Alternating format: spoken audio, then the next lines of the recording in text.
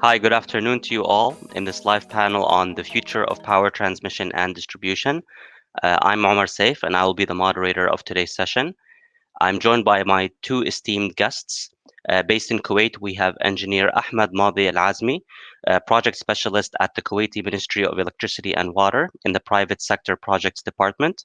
And I'm also joined by Mr. Ahmed Badr, based in Abu Dhabi, who is the director at the International Renewable Energy Agency, IRENA, in the Project Facilitation and Support Division.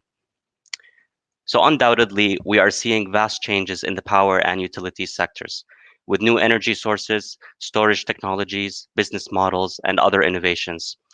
But how will the backbone of such a system, our transmission and distribution system, evolve as well? How can transmission and distribution enable the energy transition? So as you can see, we have many questions to answer. Unfortunately, very little time in our 45-minute panel. To our audience, please do share any comments or questions you have throughout the session. I will be sharing them with our panelists throughout or towards the end of the session according to the time that we have. So without any further ado, I'd like to give the floor to our two panelists to briefly introduce themselves and a little bit about what they do. If I can start with engineer Ahmed Alazemi, could you please introduce yourself? Thank you, Omar, and thank you for having me today with you. I'm Engineer Ahmed Alazemi. I work at the Ministry of Electricity, Water, and Renewable Energy as a project specialist. It's at the Private Sector Project Department, freshly established. This department is focusing on the PPP projects, including the conventional and renewable power plants. And I'm also participating in some energy policies and regulations, developing some policies and regulations. So that's all about myself. Once again, thank you for having me today. Thank you very much. Mr. Ahmed Badr, would you mind introducing yourself briefly? Thank you very much, Mr. Omar, for your nice introduction, and very happy to rejoin my friend Ahmed Madi. We used to know each other a couple of years back when I had the honor to work for my Arab lovely countries. So welcome, Ahmed. And here as I am, that's Ahmed Badr. I am the director of the most newly founded division in IRENA to work on making financial partnership with MDBs and international financial institution for the benefit of the 166 countries of IRENA along the scaling up renewable energy investment globally, starting from the most critical points that our today's discussion will be around. Thank you very much, Mr. Omar. Over to you. Thank you both for the introductions. I'd like to start off with perhaps the most obvious question. So if we look at the title of today's session, it's about the future of transmission and distribution. So my question is as follows: what does it look like? Will it remain the traditional linear supply-demand model that we're typically used to, or will it evolve into an internet of energy, as some call it, connecting a multitude of consuming and generating devices, or having prosumers, in fact? So I'm curious to hear both of your thoughts on this. Perhaps we can start with Mr. Alazemi. Well, thank you, Omar. Before I start, let me take this opportunity to congratulate my friend Ahmed Badr on his new position in the International Renewable Energy Agency, IRENA. And this is what I like to take this opportunity about. And regarding to your question, the energy sector is one of the most sensitive sectors in the world. Right now, we have seen the last decade until now, the renewables have been developed fastly with the sharp decline of cost and prices that happened on the technologies. Joining that renewables, which is new era that is happening right now. Joining to the electrical grid is very critical issue, starting from the generation, transmission to distribution, and the consumption levels.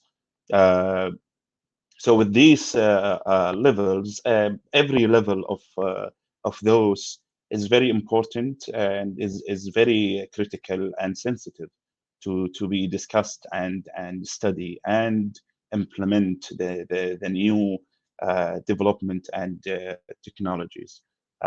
That's what I think so far. Implementing the renewable energy into the electric grid is one of the most important issues that is really important to speak about, especially today. Thank you.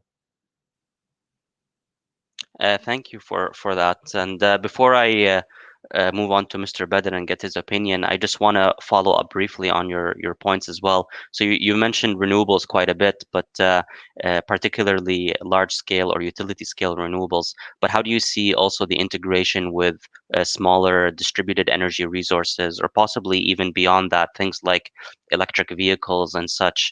How would that change the model of how we need to integrate them into the grid?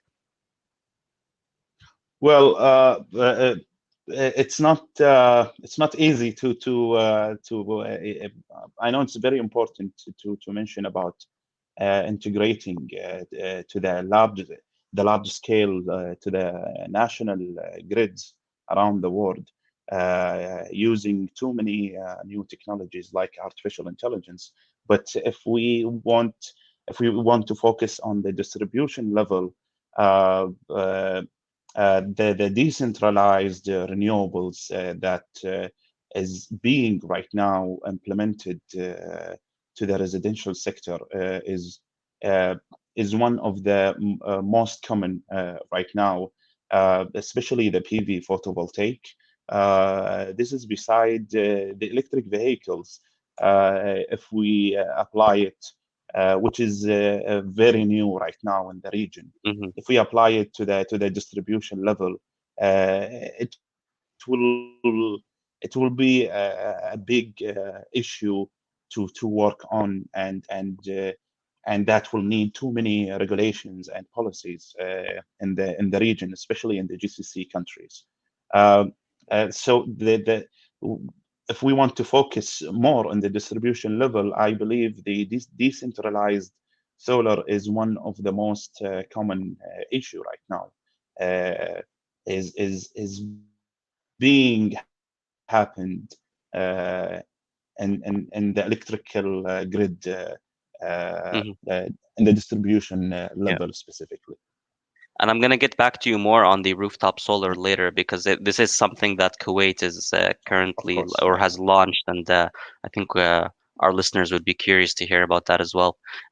Mr. Badr, anything you would like to add regarding this? I enjoyed what my friend Mr. Madi has mentioned. Let me take it from the more global perspective, capitalizing on what Ahmed mentioned. Well, quite obvious that the point that you are referring to, Mr. Omar, is the most critical point, that basically pushing back the advancing and accelerating renewable energy investment globally. We all know, in order to scale up renewable energy investment, we need to talk about technology advancement, we need to talk about system changes, and reorganization of power systems. Reorganization of power system, that is the most stumbling block that basically all countries has to work on. The level of advancing, if you compare MENA region, excluding GCC, because GCC is more advanced economies, more well-structured, and basically the economic changes there basically fits very well with their economic lifestyle. But if you look for the least developed economies, whatever it is, medium income countries or medium lower income countries or medium upper countries, that we can see that there is really challenges about power systems. So the idea here is that we need to work more on basically changing or introducing the digitalization of these power system and the reorganization of the systems in order not only to fit with solar and wind, which basically the most common example globally, but more importantly for all other type of technology, specifically now with the introduction of the green hydrogen, because green hydrogen will basically the most applicable solution in order to work on basically changing the color from brown investment to go to blue investment to the way to green investment within the major power systems of generation, and then will affect on the power transmission system to ensure stability, because the issue is about stability is related to storage, and both are really very technological issue which is most solved. The only factor here we have to add is basically the challenge of taking down the price or the economic competitiveness and the financial competitiveness to ensure more spread of this. But not only that, the more important, and I think in the discussion we will come through, we need to talk about it more, is that basically it's about the reliability of the power system itself in terms of transmission and distribution. And the more critical part that you have to start with is the transmission, and then to scale down to distribution. I know that there is a lot of topics within this, what I just mentioned, but what I want to tell you from IRENA's side, we started to address that in a couple of global initiatives, which will come later in the discussion to explain about both of them. Thank you. Over to you, Mr. Omar. No, thank you very much, Mr. Badr. So I think you raised a lot of important questions and topics that we'll be discussing shortly, including storage. One follow-up question that I have, and this is at least what I've seen also from our own work as WSP in the consulting space, is that a lot of the initiatives towards greater, let's say, you mentioned the reorganization of the power system, right? And a lot of what we see is the initiatives that are taking place oftentimes, although they require national level regulations, as Mr. Ahmed had mentioned, but oftentimes there are initiatives that are done by individual, it could be clients, or it could be individual municipalities. And I'm just curious, from your own experience with IRENA and the international space, do you find that this is also similar, that oftentimes when it comes to that reorganization, it happens a little bit from the bottom up and not always from federal or national governments? But again, to connect what my colleague, my dear friend Ahmed mentioned with you, look, it varies depending on the geographical and the proximity of what you're talking about. The power systems in our beloved MENA region is most of which very centralized, building on what we call it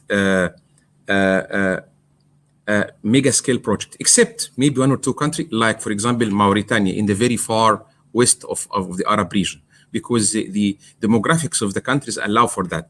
So you will not, yes, my personal experience tells me some very, very, very, very micro examples you could do. But if you go to Latin America or small island developing states, or go down to the sub-Saharan Africa, you will find these examples a lot, because demographics and economic systems allow for that. But in general, either for this or that, let me tell you the most important issue is to which extent the digitalization innovative solution is there. Like for example, pay-as-you-go in one of our beloved Arab countries, which is Sudan. You can find pay-as-you-go is very well known, specifically in the southern part of Sudan, but you find it more spread in the south of Sudan state. But and it works very well. But if you go for countries of basically very centralized on-grid systems, like my beloved country Egypt, you can find that is really not there, because the system ruling in terms of distribution and transmission is on-grid centralized system. So it varies from one country to another. And that's why I would like to add one important context here. Currently, the model that European Commission started 15 years ago in Jordan and in Egypt and in Morocco as pilot example is spreading globally, which is what? The development aid has to start work on what we call it sector policy reform programs, basically to work on system reorganization of the transmission and distribution as a key integral part of spreading around renewable energy, including digitalization solution, including internet-based solution for the transmission system at distribution as well. From there, you can basically scale up renewable energy plus working with technology advanced. Thank you. No, thank you. And I think there's a lot of lessons learned here, as you're mentioning, from the MENA region. One thing that I personally like to add that we see, especially in the Gulf, is how we do have utilities that are quite centralized and also bundled, in fact, or at least vertically integrated. And there has been some reluctance, I think, in the past with some of that unbundling and also having a bit more of the decentralized power sources coming onto the grid due to that centralized approach that you mentioned, Mr. Badr.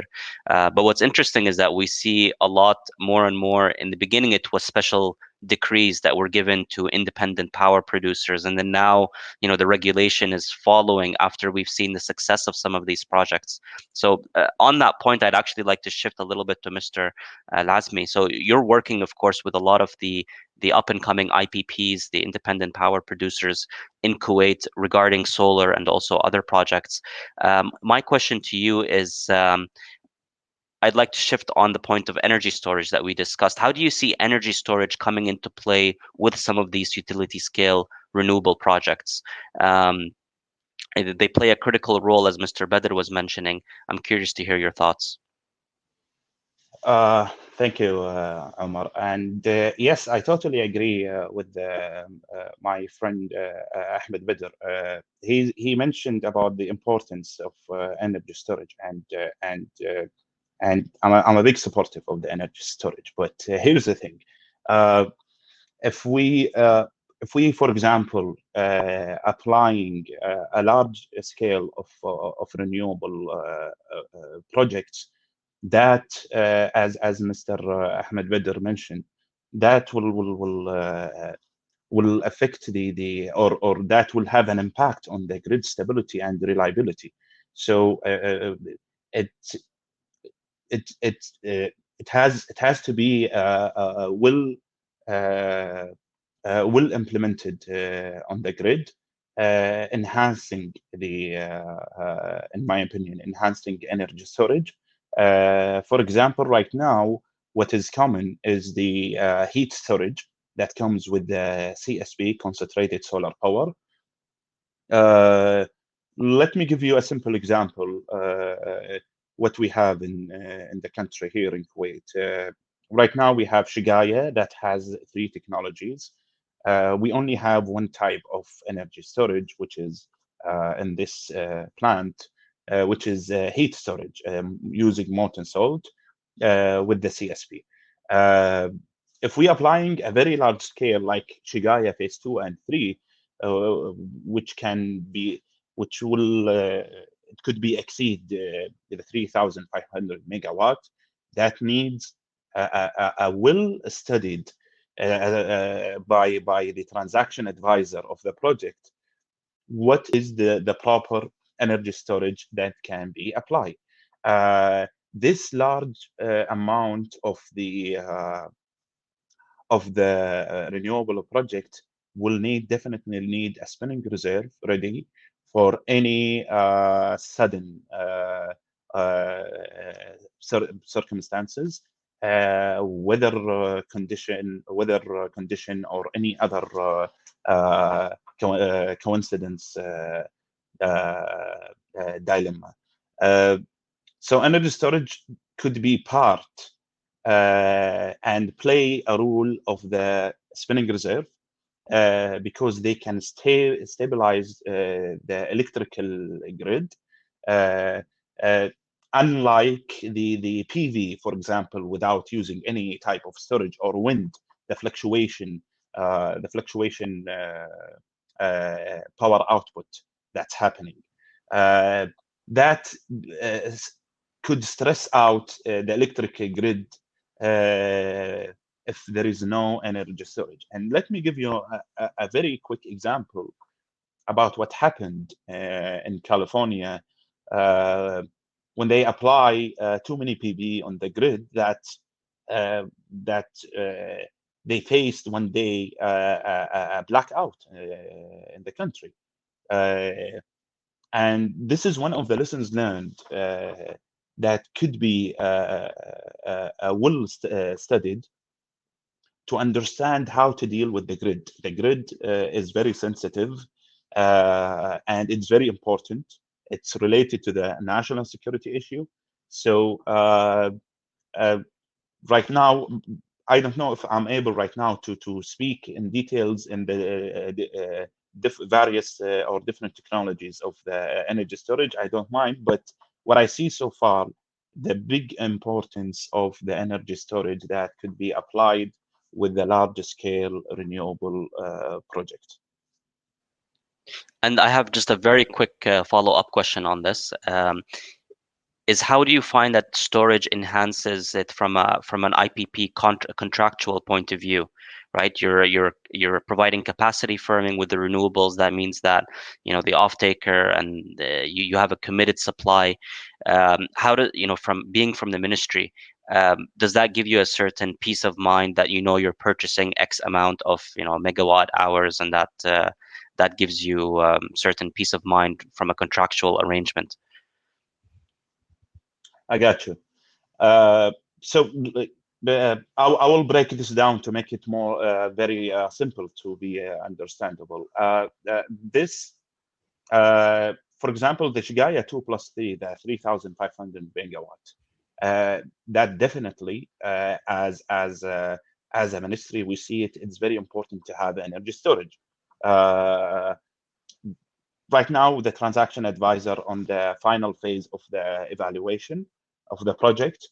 So first step, I think it's very important to mention about the energy storage. How much do we need to help to stabilize the grid using the energy storage? Number one. Perhaps I couldn't mention right now a number on this example of how much do we use energy storage on this plant. But this is number one question that we will discuss with the transaction advisor, and we figure it out together. And number two, what type of energy storage technology that we could use? Is it just only thermal technology? Do we need a backup gas fire? Do we need a GCC grid interconnection? These type of other questions that we could find out. But in my own perspective, the heat energy storage is the best right now, the best solution as an energy storage in the country, because it is the cheapest right now. It's much cheaper than batteries. If we use it for 15 hours, it's cheaper than compressed air and the other energy storage technologies. Mr. Badr, I know that you're working quite a bit on the bankability of renewable projects. So I completely get Mr. Alazemi's point from the perspective of Kuwait. Do you find that this holds true elsewhere, or how do you see the bankability of storage, whether it's thermal, batteries, otherwise? Well, for sure, what Mr. Ahmed is saying is absolutely right and correct, because again, GCC is very unique case, I have to say, and it's not only praising. This is really a fact. GCC have the best model globally, better than Europe, and you can mark my word here for their power systems. They have the best grid integrated network among all 6 GCC.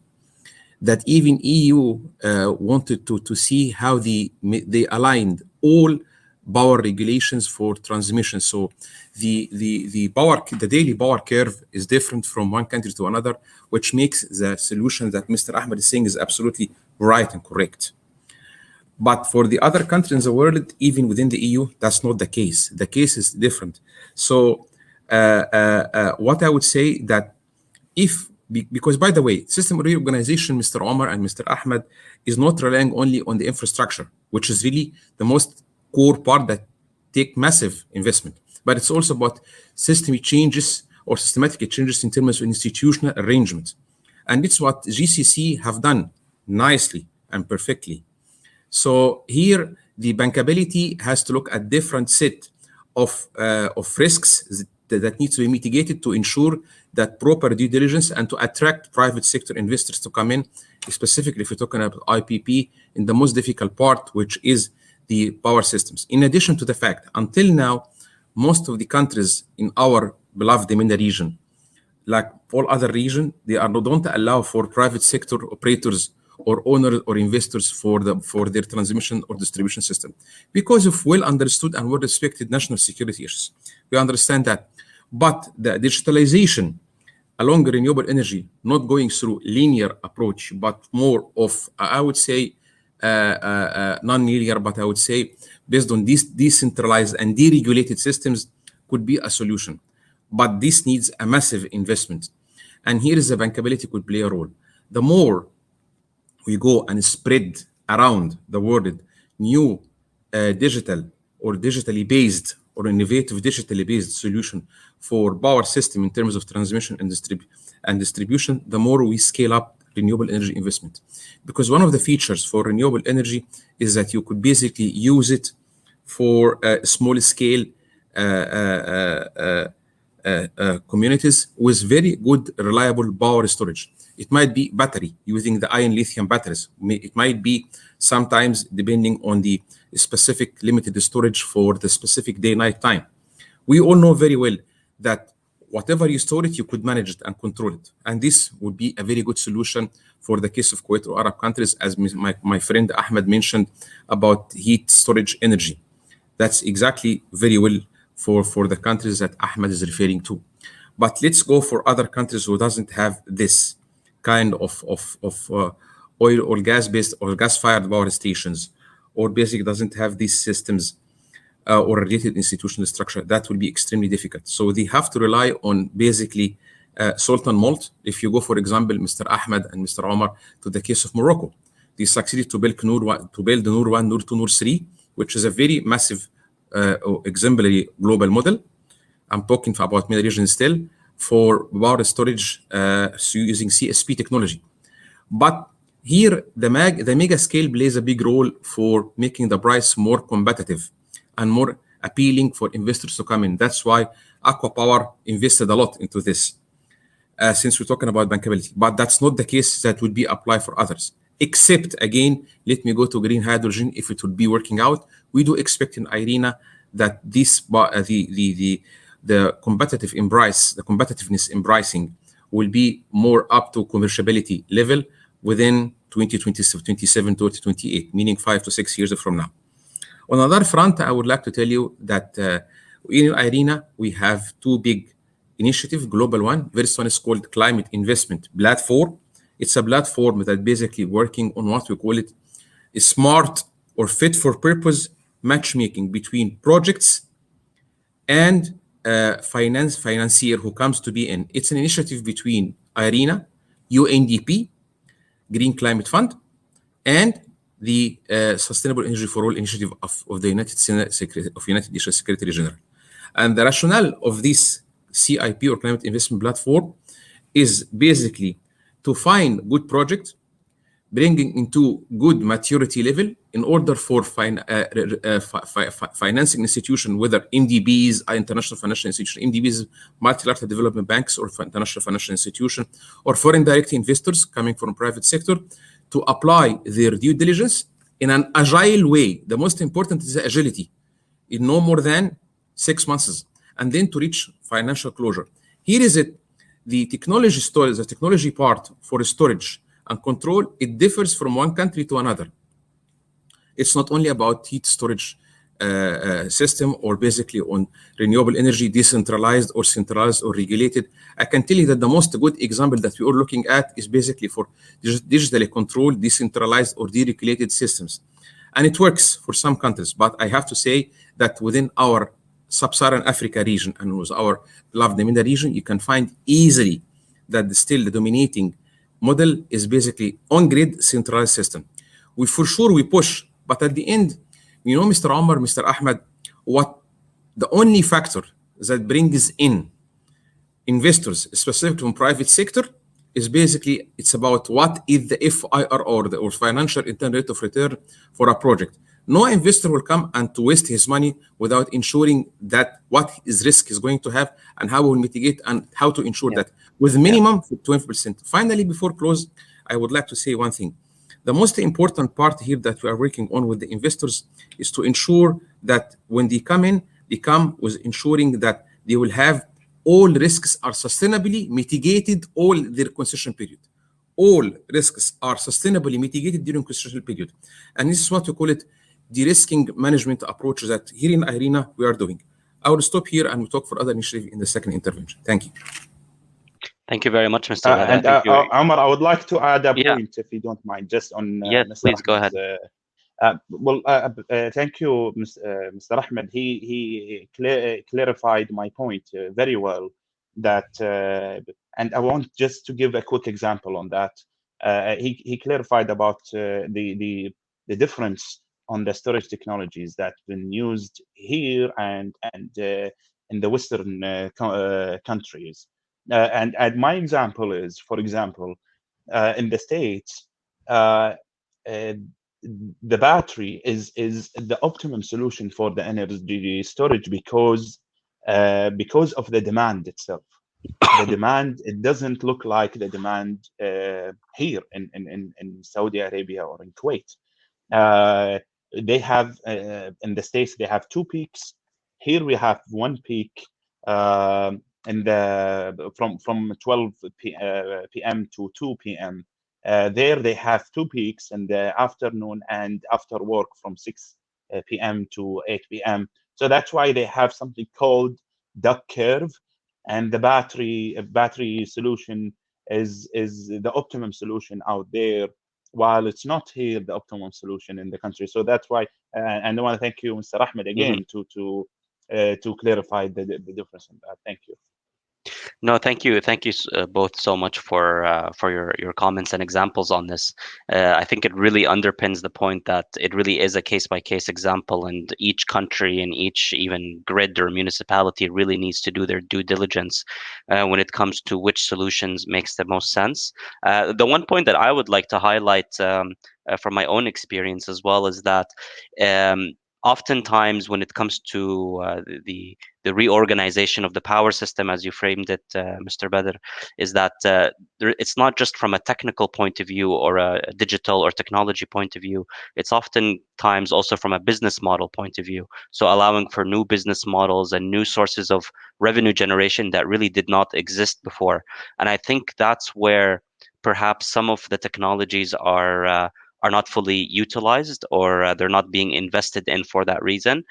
Batteries are a great example of that, where if you're looking at them purely for capacity firming or storage, then they really come across as incredibly expensive and not necessarily hitting the ROI required. But in some cases, they can provide additional services as well, right? So they can provide ancillary services. They can provide services to the grid that are not traditionally captured um, or identified by some of the off-takers here in the region. So on one hand, yes, we do have a traditionally centralized power systems in the MENA countries, but I think there is a role for change based on awareness of what the other options are as well. And I don't want to take too much of the stage, so I will jump back to you, Mr. Badr. I have a question for you relating to the actual transmission systems themselves. So we've digressed a little bit, and we were talking about storage, which is a really fundamental aspect of the new transmission and distribution networks in the future. But besides that, when we're talking with the objective of the energy transition, we see that some countries in the region or even globally, that although they have the financial commitment, they have the perhaps the renewable sources, be it solar or wind, they're not fully capable of having that scaling up of renewables because of the existing transmission and distribution networks. Oftentimes, a lacking transmission network. I'm wondering if you can comment on that, and what sort of initiatives is IRENA or maybe other partners doing to support in this? Thank you, Mr. Omar. I have to congratulate you twice because of the good panel with having Mr. Ahmed Madi, who is my really close friend, and I always enjoy his interventions, and also with the good questions that you're asking. Actually, as we say, you are putting your hand on the pain. And once you define the pain, you can really find a solution. The most, as I mentioned earlier, I don't want to repeat myself, is the reorganization of power transmission system is the key part for for lacking behind or pushing back the advancing in transmission. In what sense? If you look at the transmission or power transmission system in our MENA region, it's really a variable of several, and what we call it, it's a very wide mix of 400 kV alternative current, 500 kV, sometimes 250 kV, and each power system in each of the country have a mix of all of them. And that's basically does not help when you started to see how you integrate the renewable energy into these systems, given the fact that each type of technology have its own variability on how to be connecting.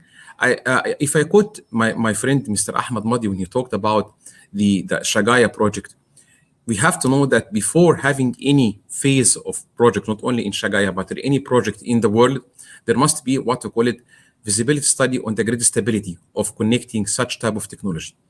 We all know that, for example, renewable wind energy does not have any kind of storage parameter within its capabilities. So any kind of drop down in the wind systems, it might affect by any kind of cascading, but coming from the reflection from suspension and tension of the power systems, and this might have a very severe impact, not only economically on the country, but also on the technical capability of the grid.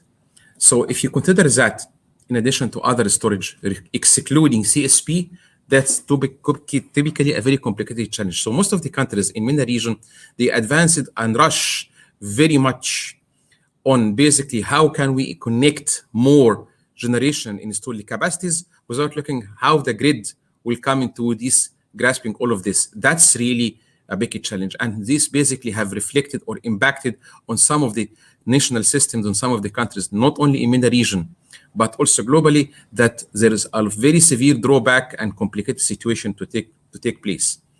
For sure, in IRENA, we address that, because I can tell you that some of the feasibility studies that happen to say, okay, we can go up to 20%, but that's not generic for one country, not even generic for several countries.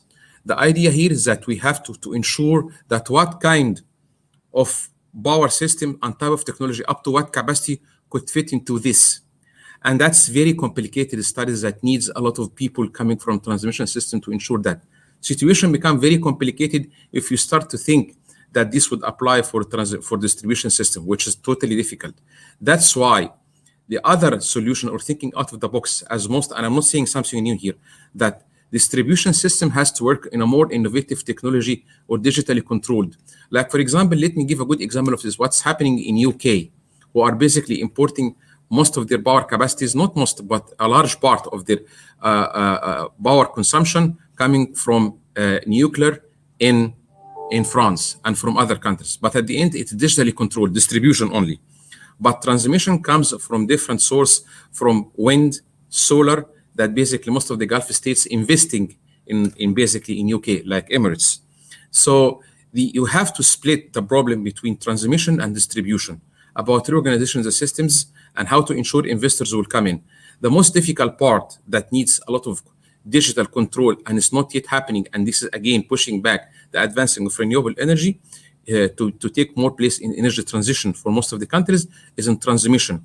And that needs basically what we call it very innovative, larger scale digital control and digitalization. And one final issue here, but distribution is more easy part to go. But one final issue I would like to highlight, and it's the right moment to say it, as I mentioned in my earlier discussion. The right approach for NDBs to come in is that you not work on project financing straight away. No, they have to start working on what we call it development policy financing instrument, or what the EU call it sector policy support program. You need to work on reforming restructuring the power systems. And after you do that, you could basically take projects from this restructuring to build the system in a right approach. It's always the case, Mr. Omar, Mr. Ahmed. Refurbishment of any systems is more difficult than starting a new system. It's always difficult. But that's basically the case. So the situation is really complicated from three perspectives I just mentioned, but I hope I made it clear to the extent I could do. Thank you very much. Over to Mr. Omar. Thank you very much, Mr. Badr. And I'm just mindful of time, so we have around 5 minutes left in the session, and we've had a number of questions from the audience directed to the both of you. Interesting questions, in fact. So I'd like to just pose maybe 2 to 3 questions, as much as we can cover, to you, and feel free to answer them. The first question I would like to tackle is regarding, we were talking about the PPP projects in utility scale. So is storage, given that it will be incorporated into PPP projects, given that now we have PPP projects also encompassing renewables? Well, naturally, thank you, Mr. Ahmed, to give me the chance to start this time. Naturally, I would say yes, but not flat rate yes. No, it's also depending on subject. There is a lot of subjectivity here. Very subject is that basically, how about the current system structure within a country, and how we make sure that basically the bankability for the IPP who will come in. Because we have to think the other way around, Mr. Omar. This is a challenge. Each investor will come in. Imagine that you are going to buy a car. Just give it like that. Before you buy the car, mindfully, you have to say, what is its resale? Basically, how I will get back my investment. Well, what about its cost of maintenance? All these issues has to be in the mind. That's if you wanted to buy a car. Imagine the investor who will do that. For sure, the issue of storage and reliability on the grid to provide services in a good way in order to be paid back by the consumer, that's really the question. But to answer this, there is a lot of issues here. But from the outset, yes, storage and the technology is a major factor here, but not in all cases. Let me give and battery storage, sorry, is not the all cases. Sometimes, for example, it works if basically there are some other reliability in the system, like for example, system integration, and to what extent the network is based on steady current, not alternative current, would be connected with. Let me tell you why investors will go, or why GCC countries specifically, their financial tariffs for IPP is better than others, and the lending ratio is really higher, lower, basic and attractive to investors, because systems are really very good, and there is system integration. There is no storage. There will be some, what we call it, in other connected loop in the network that will ensure system reliability. So that will basically make a good impact. That's why it's yes. The answer is yes, but subject to these 2 factors I mentioned. That's basically the short answer. Over to Ahmed. Thank you. No, wonderful. That's a very comprehensive answer. Thank you, Mr. Badr. Mr. Ahmed, I'm just going to ask you another question, actually, because you received a few specific questions for you. One is about what sort of investments are being made, smart technology investments are being made in the Kuwaiti grid, and if so, what are the challenges? And I'm just going to add to that as well, if you can provide an update on the Shagaya projects, specifically for Azure North, and also if for Shagaya 3. Very clear. Yeah. Well, thank you for the questions. So we will combine them all together. So to answer in very overview answer. So regarding the investing in the smart technologies, yes, starting from the generation level to the consumption level, renewables, smart meters, even the decentralized technologies. So we are having opportunities from the starting level of generation and until the end of the level, which is the consumption. What are the challenges? Okay, the challenges goes first, number one, as we mentioned, and my friend Ahmed, Mr. Ahmed mentioned, the grid stability, the digital control, even the economics has some challenges because you cannot apply any type of technology that you would like. For example, I like batteries, but it's not. I cannot. It's not. It's a good option, but it's not the optimum option, as I mentioned. So this is some challenges for the Zor North 2 and 3 and Al Khairan, these 2 projects, conventional 2 projects. It's right now the RFP and the RFQ is being prepared with the transaction advisor, and you should soon hear about the RFQ. And Shigaya, after the evaluation, they will immediately start up preparing the RFQ and RFP after some discussions and Q&As regarding some technical topics. I hope I covered everything was questioned, because I'm trying to look at the same time I'm answering the questions. No, I think you did a wonderful job. Am I on the safe side, Omar? You did a wonderful job given the limited time we have left. So thank you so much to the both of you. My pleasure.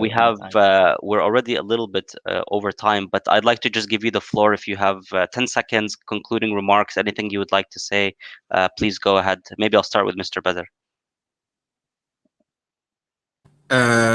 Okay, in 10 seconds, I would say that digital control or digital development of system reorganizations for power systems is to the core and to the heart for advancing energy transition.